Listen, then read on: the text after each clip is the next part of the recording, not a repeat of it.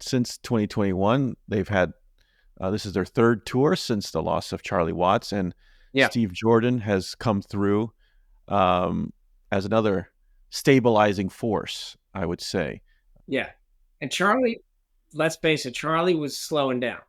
Yeah, I mean, you mentioned the 2012 tour. That was the first time I was nervous because Yeah. when those, there wasn't much of a tour actually for 2012. There was like five Right. shows or whatever. 2013 was the more Right. dedicated. But they did all these anniversary shows in 2012, and that was coming after really after World War IV in a way for Yeah. them. That was a little bit of a mini late 80s type of break. Yep. And they came back after, I forget now, 8, 9, 10, 11, 12, 5 years, 5-year break for them. And you could tell that there was some rust. I remember that first secret club show they did in Paris before they jumped over to London for those shows. And even the London shows that year, I Yeah. could hear and see Charlie literally stumble over a beat, over a Yep. fill, and Yep. hit the wrong one. And just like, you're just like, oh God, what is Yeah. that? Yeah. And I think that's primarily the reason why ever since then they're like, we can't take any more breaks. That's it. Every year it's a continent. We're doing a tour. Yeah. We got to keep the wheels greased. It's like Absolutely. they can't. But I do think the 2013, yeah, they were kind of creaky in those four shows in 2012.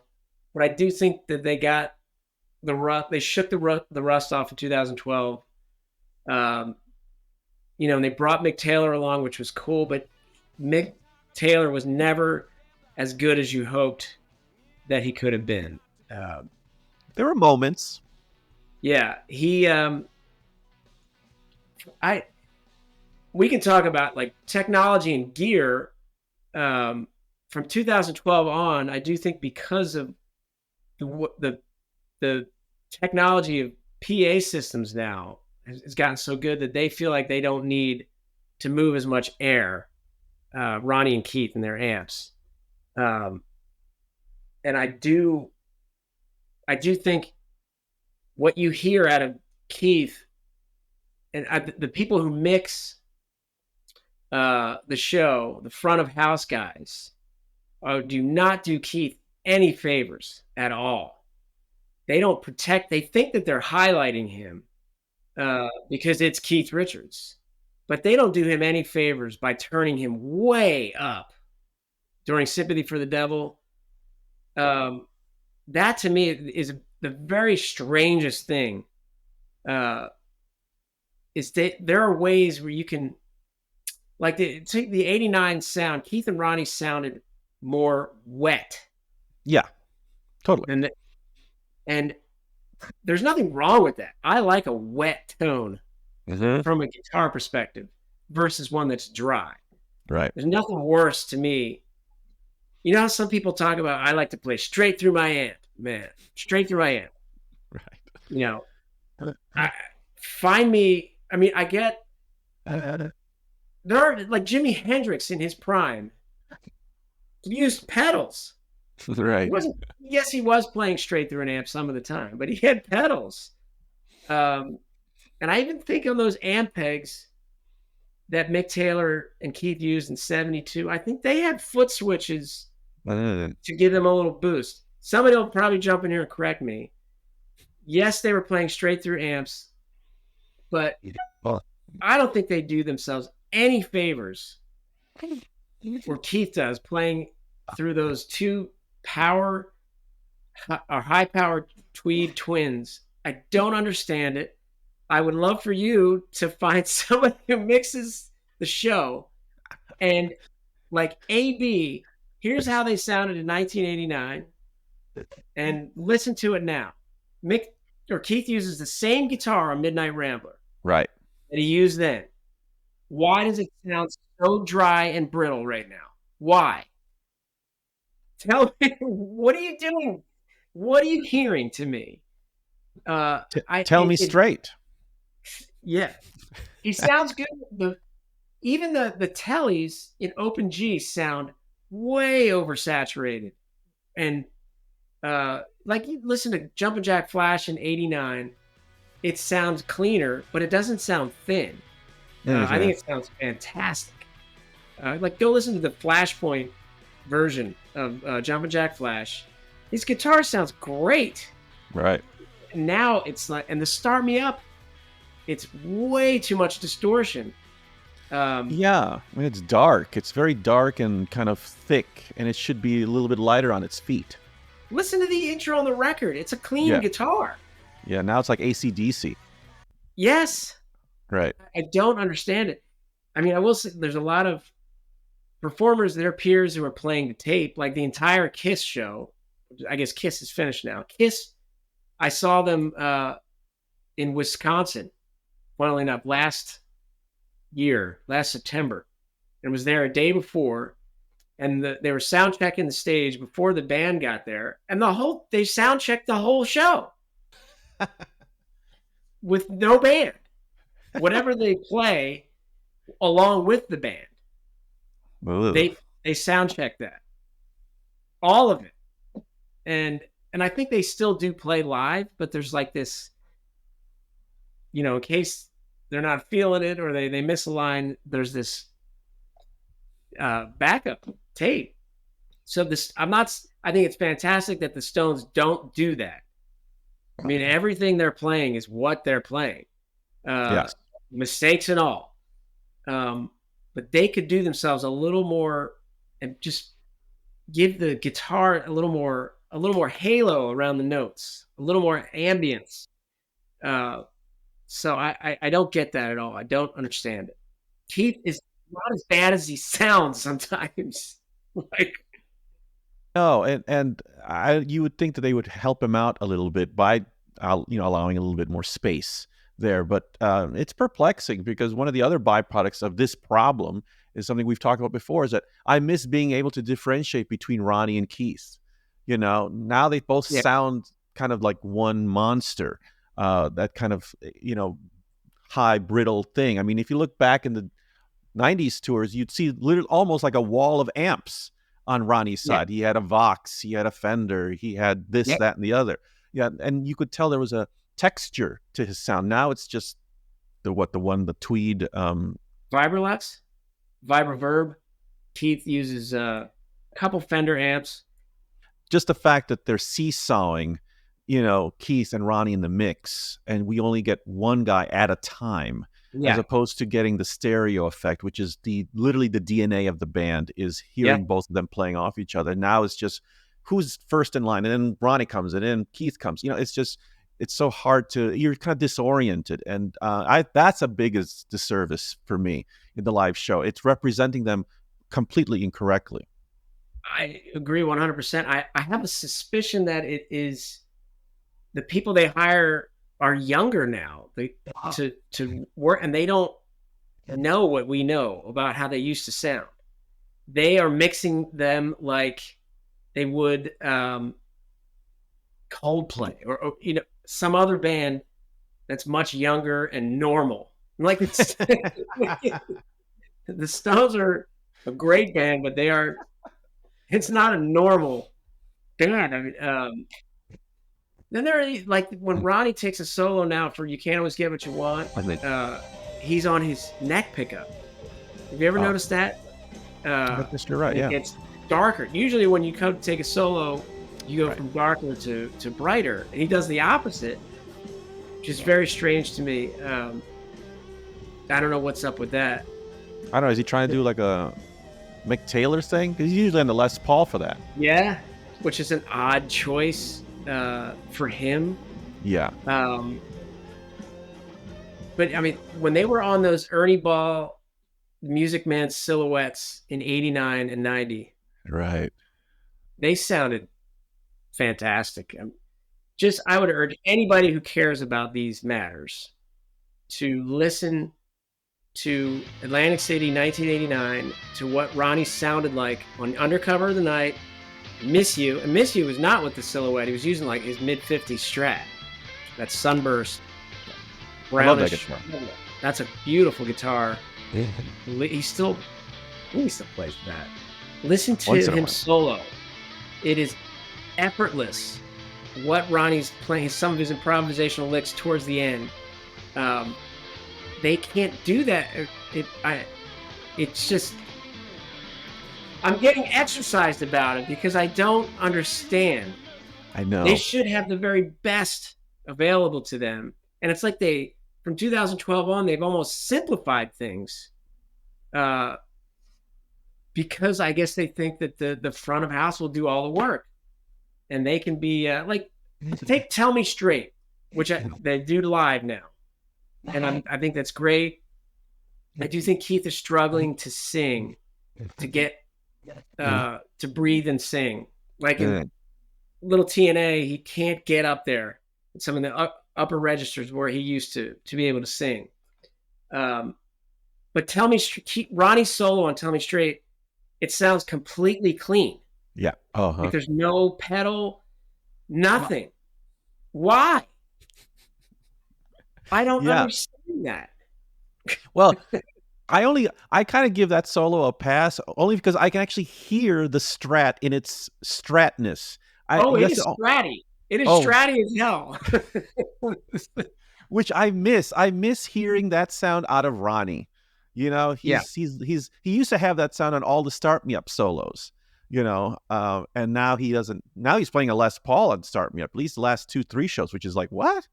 I don't get that. I don't get it. Yes, it is very strategy, but it's so you can still give it a little boost I know.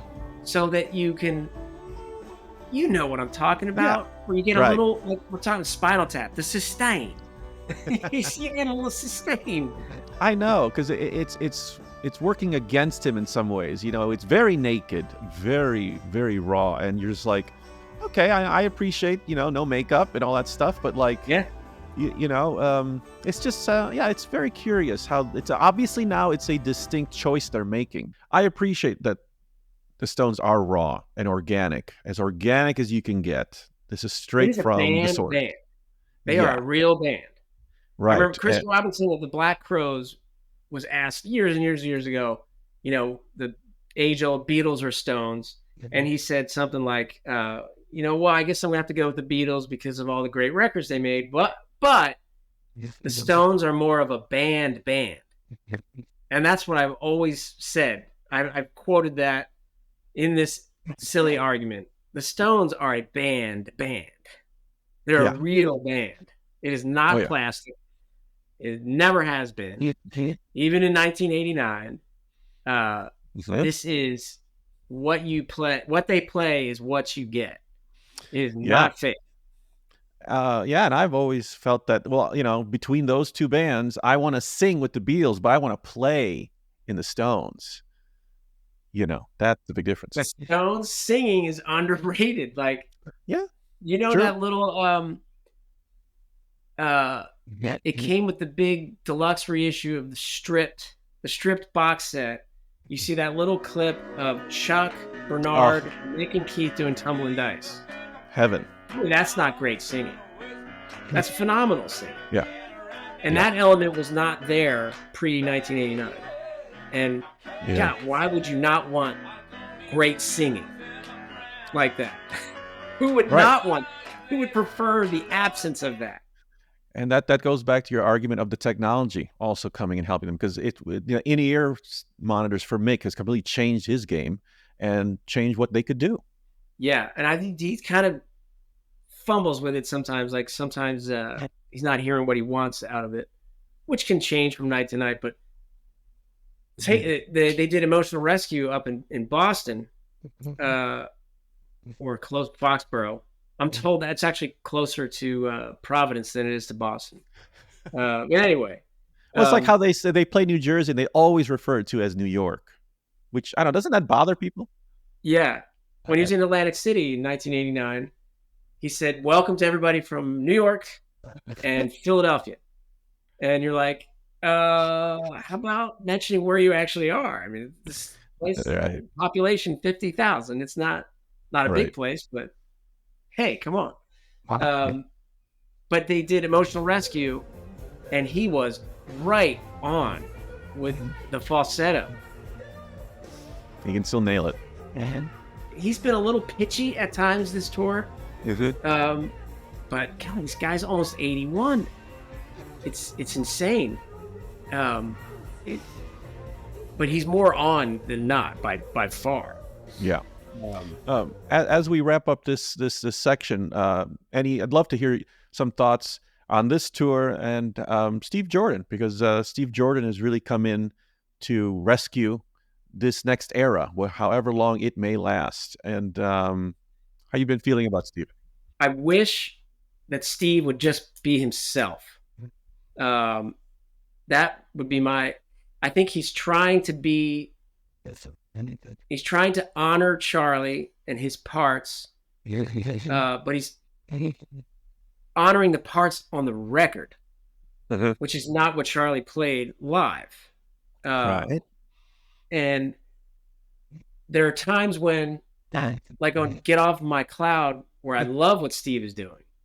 But then again, on Start Me Up, I don't love what he does. I wish that he would just be himself.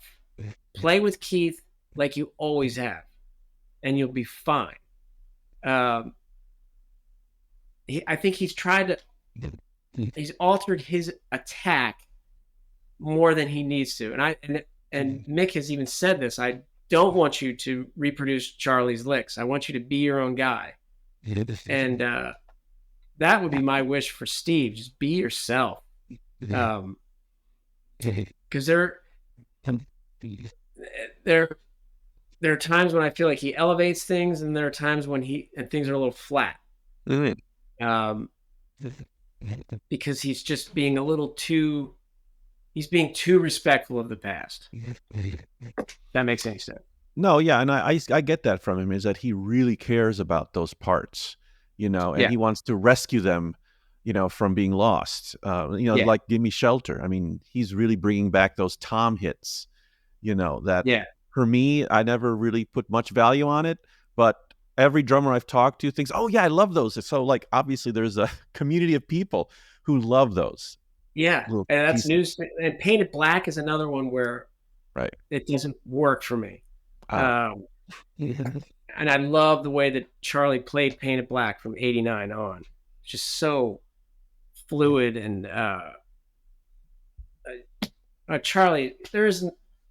What can we say about Charlie? He's irreplaceable. So don't even try. Just be yourself, and you'll be fine.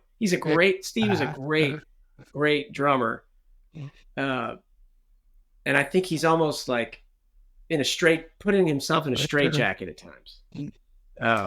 Well, I feel like also he's honoring Charlie, but also honoring his relationship with Keith. Because like even when he played with Keith, he was himself, but he was very much a little Charlie, even in the Winos.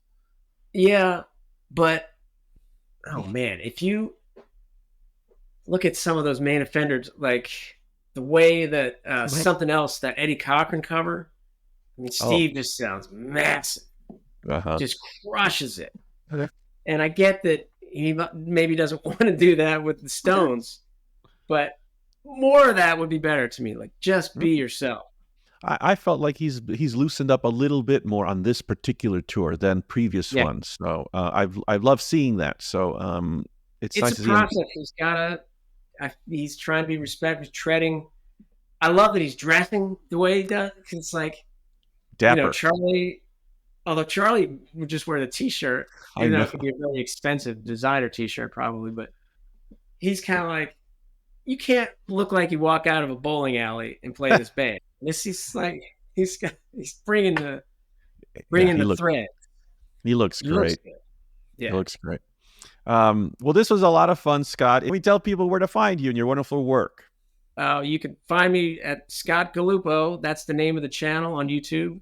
And you can also search Keith Richards Riff Cousins.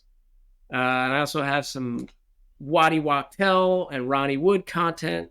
And even lately, some other non-Rolling Stones guitarists, branching out a little bit. It's great stuff. Required viewing for Stones fans. Thank you, Scott. Appreciate it. Thank you, Justin, for having me.